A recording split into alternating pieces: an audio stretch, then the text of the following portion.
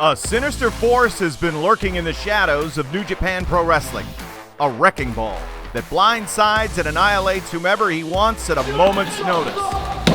The sight of him dominating a New Japan ring may be new for most fans, but the Lionheart had worn the Lion mark long before he became a household name. A name now synonymous with the greatest of all time.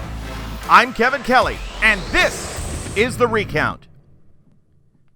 1997, Fukushima. A 26-year-old Chris Jericho made his New Japan debut as a junior, which was surprising given his muscle-packed frame. 7 years into a career that would go on to include a laundry list of accolades and championships from an extensive amount of promotions. Jericho had already wrestled all around the world, from the United States to Japan, from Canada to Mexico. Fans everywhere latched on to his commanding presence, his in-ring confidence, and his golden mane. He was nicknamed León de Oro, or Golden Lion. Opposite the Golden Lion was legendary Jushin Thunder Liger, with whom Jericho had plenty in common. Both men had toured around the world to test their abilities, trained under the legendary Hart family in Canada, and even finished that year's Best of Super Juniors with the same record, 4-2.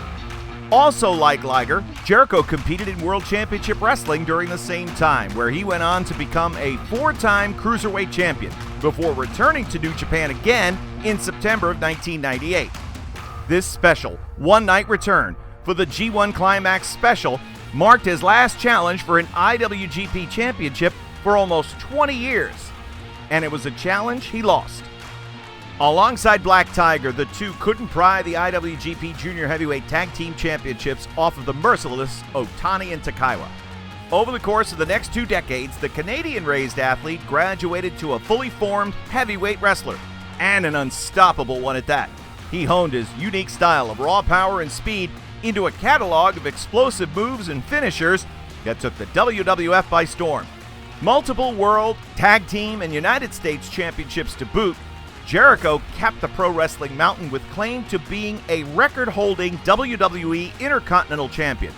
No matter the prestige of the belts he wore, they were elevated even higher once around the waist of Chris Jericho. As his achievements grew, so did his personality on the mic. He curled his bravado back for nobody. This is going to be a match that you have never seen. You are going to get the shit kicked out of you. Understand me? Huh? You get it? In the summer of 2017, New Japan was hot on the trail of an international breakthrough. The IWGP United States Championship was created, and there was a global buzz surrounding its first ever champion, Kenny Omega. The Canadian Livewire was talked up to be the most exciting athlete on the planet with his explosive energy and tenacity. Despite being worlds apart and over 10 years Kenny's senior, however, Jericho was, above everything, a competitor on every level. He wasn't ready to relinquish the headlines just yet. Everybody's talking about Kenny Omega, Jericho stated in a New Japan exclusive interview. He's the 7-star match, the best bout machine. I don't like that. It takes the focus off of me. Jericho started shooting barbs at Omega in the shape of undermining Twitter comments. Your matches are incredible. Too bad nobody sees them. Upon pushback from Omega, fans salivated at the possibility of a head-to-head between the two. But with Jericho bound by contract to the WWE, this dream match was fated to live in their imagination. But if there was one person who could move heaven and earth for a chance to hog the spotlight, it was the Alpha. And good night, bang! That was great. What? My God! What the hell? That's Chris Jericho! Chris Jericho! It's Chris Jericho! Kenny Omega. What a fantastic, tremendous performer. But he's not the best in the world. I am. And I'm going to prove it. Because I'm challenging you, Kenny. What? Jericho versus Kenny. What? Alpha versus Omega. To see who is really the best. January 4th. What? Wrestle Kingdom 12 in the Tokyo Dome. So let's see who's really the best. Bitch. That can't even happen, can it? Oh my God. No. Phoenix! No. Phoenix!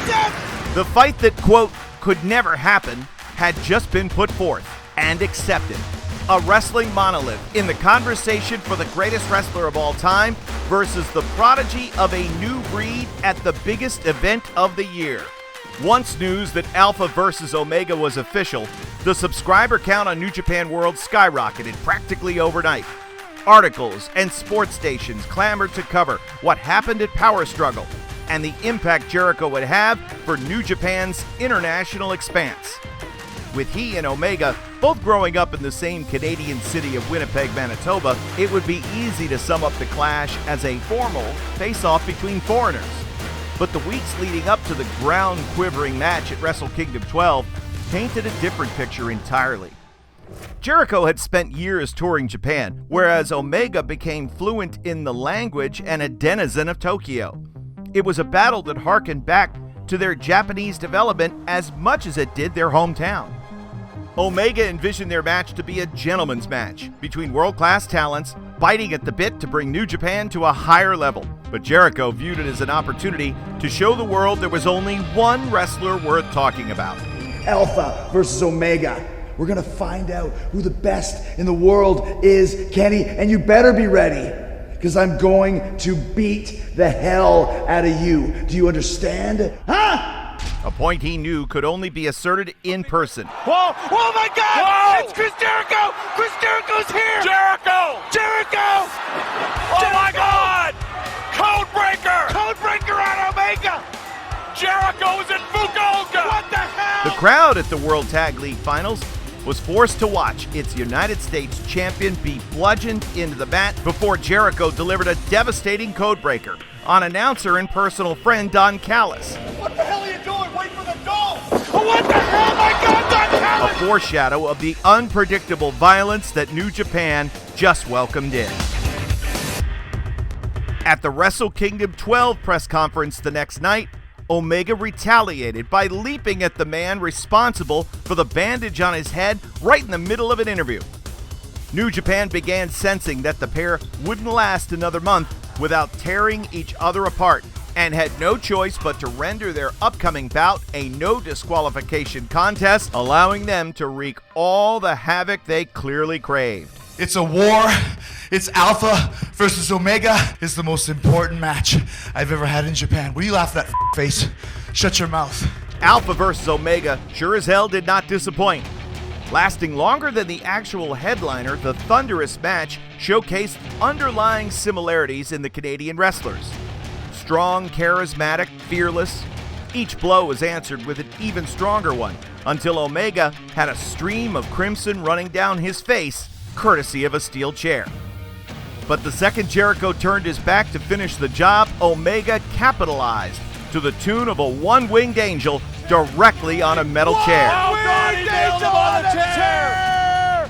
His momentous return to New Japan didn't end in the bright lights of glory that he imagined. A shaken, defeated Jericho pointed his frustration at the members of the press and the Japanese crowd at the Tokyo Dome. This is Kenny Omega's house. It's not a fair crowd. This is one of the greatest matches they've ever seen in their lives. And yet they boo Chris Jericho. This is what I think of Japan. Okay? Print that. He felt the crowd, loyal to their champion, didn't support him enough, didn't properly thank him for bringing New Japan to a worldwide scale. Nothing but disdain for the Japanese people and country was left, leading him to make a prompt declaration. I'm leaving tomorrow to go back to the United States, and I'll never come back to Japan again. And that's it. This very well may have been the end of Jericho's return to New Japan. That is, if a certain wrestler hadn't rubbed him the wrong way. Tetsuya Naito may have failed to regain the IWGP Heavyweight Championship at Wrestle Kingdom, but the Los Ingobernables de Japón frontman finally fulfilled a childhood dream, to main event the Tokyo Dome. This dream, however, came to him slightly tainted.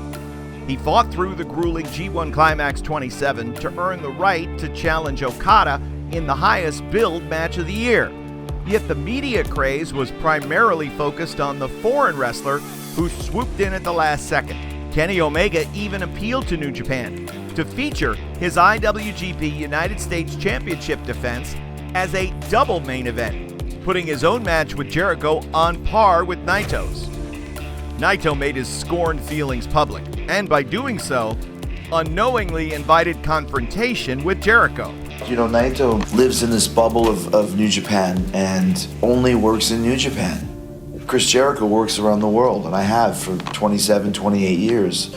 So I just got tired of this little incessant insect buzzing. Bzzz. Shut up. Shut the fuck up. Just, he can't, the people love him. Give him his moment. You can't get enough. Give him his moment. What the hell? It's Chris Jericho! He's going after Naito! What the hell?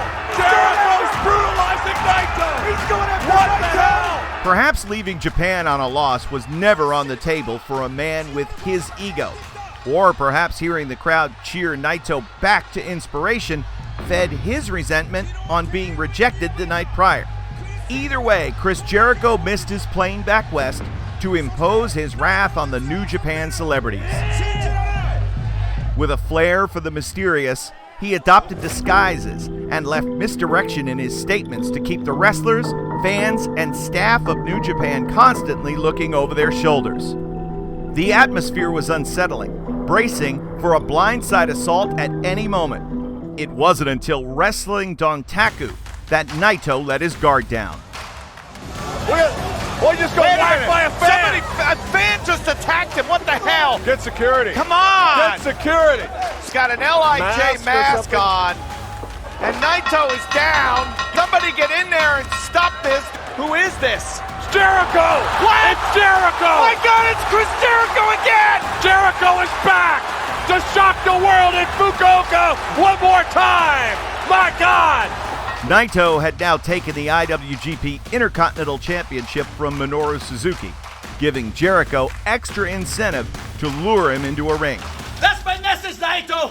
I'm coming for you, Leading up to their title match at Dominion, Jericho released a series of videos mocking him. The disrespect for the champ was amplified when he was jumped before the bell could sound. Fist fight here in the laps of the front row. They've spilled into the front row, knocked fans over. This is not a wrestling match, Kevin. This is an assault. Suplex on the floor. Set up.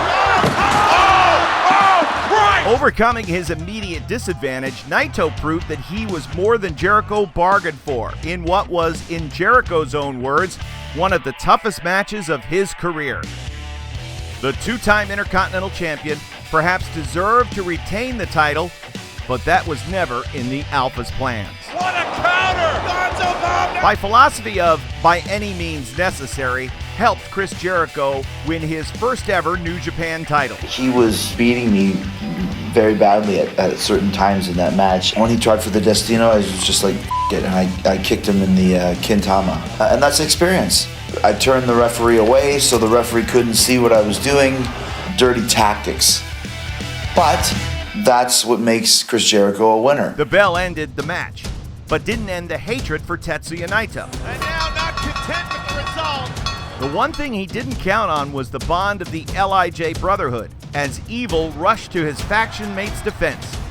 Jericho finally held gold, one of the few remaining companies he remained undecorated in. This is a very hard title to win. It's just important as the very first championship I won when I was 21 years old in Canada. And wasn't about to let Evil take that away from him.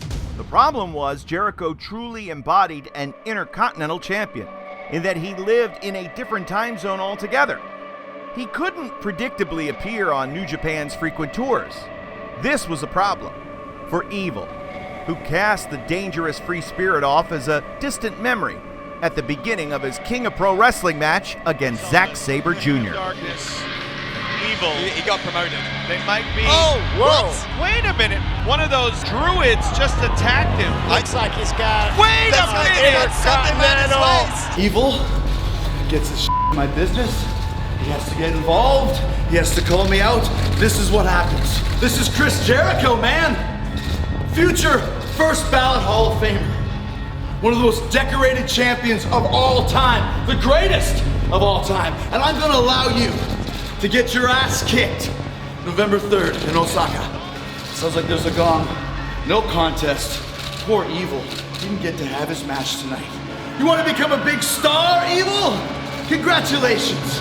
I just made you famous. Chris Jericho has just struck.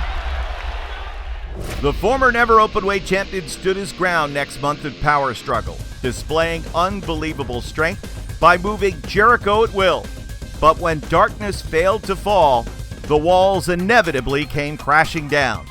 Caught underneath the unbearable pressure of a lion tamer, Evil tapped out. Jericho savored every moment of his sparse New Japan matches, and for a sadistic champion like himself, to the victor goes the spoils. Evil's post-match punishment was then interrupted by a favor repaid. Naito's confidence and claim to the title had found its way back. But Jericho wanted no part of that chaotic rematch. In his eyes, he was done with Naito. I beat you, Naito.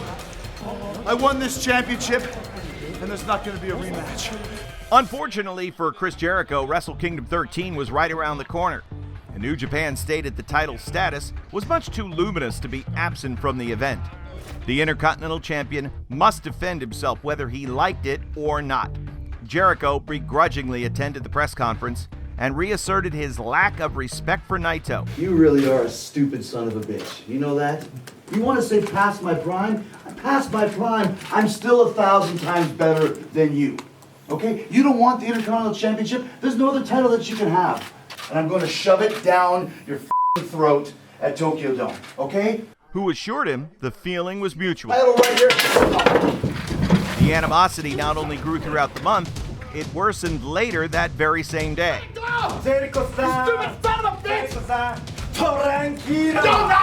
After you spit in my face in the New Japan office, I beat the hell out of you with a chair. It's fair, right? Anything's fair when it comes to Jericho and Naito too. Kampai! Goodbye. Wrestle Kingdom 13 featured one of the most heated grudge matches in recent memory. Repaying him in kind for Dominion, Naito was the one who got a head start this time and charged Jericho before he entered the ring. Firing back with those hockey-like punches. Jericho responded with a jaw-dropping DDT on the table. He clearly relished in Naito's pain and humiliation and made sure others did too. In a match where anything goes, everything went, including assaults by kendo stick. With echoes of Dominion, Naito fell victim to a low blow after failing to land Destino. Shoves red shoes, low blow, code breaker. Nailed it. Cover up. But this time around showed Jericho that winning by any means necessary was no foreign concept to El Ingobernable. The belt of the chair in front of him, eyes the belt. He's abused that title before. He may use it to abuse Chris Jericho. Naito sealed the deal by beating Jericho over the head with his own belt before pinning him. Chris Jericho was defeated, but backstage at the Dome, he set his sights on New Japan's greatest prize of all. If you think it's the end of Chris Jericho being a champion in New Japan Wrestling, you're wrong. Chris Jericho will become the IWGP Heavyweight Champion. It was this same ambition that had catapulted and cemented him into an exclusive list of legendary wrestlers. And to him, that list wasn't finished until every name but his own was crossed off. This included the indestructible IWGP Heavyweight Champion. Okada had long made it rain by bringing his elite style of wrestling to New Japan and therefore eyes and money to the company. Something Jericho has done for each promotion he's ever stepped into. But his past year's experience, his fallout with the Japanese fans, and literally losing his hair in frenzied fights with Naito seemed to turn him towards the desire to tear New Japan down from the top rather than lift it from the bottom. He was the Painmaker. I'm gonna break your back, Okada. I'm gonna knock your teeth down your throat. Okada remarked that Jericho has the uncanny ability to change the rhythm of matches, catching his opponents off guard. He just never respected him resorting to unnecessary dirty tactics. Now bullying the referee. This time, it was Okada who caught him off guard and retained his belt by way of a surprise counter pin. It's right down to, he got him. At Dominion the year prior, Jericho walked out a first-time IWGP champion. In 2019, for all his power and experience, he hit a wall of his own in an outcome he wouldn't accept. He was face-to-face with the fact that he was simply outmatched and could only vent his emotions in a post-match beatdown. Okada might have won this match, but Jericho looks like he can go another 20. Protecting the sanctity of the prestigious title's defense, Hiroshi Tanahashi jumped to Okada's aid and fought off a rampant Jericho. Tanahashi was down to it commentary. The electric Osaka-jo Hall audience erupted, knowing full well that the Alpha would never take the Ace's affront in stride. Hey, Takahashi! You want to cause shit with me? You see what happened to your little buddy Okada? The Painmaker never loses! The thought of the two living legends stepping in a ring together was nothing short of a dream match for the ages. Tanahashi comes in, he's the big hero. Should you put an S on his chest for Superman? It was just a question of when. A question that was answered November at Power Struggle. You see what I did to your people? Now wait and see what I do to you at the Tokyo Dome. The Painmaker versus the Ace.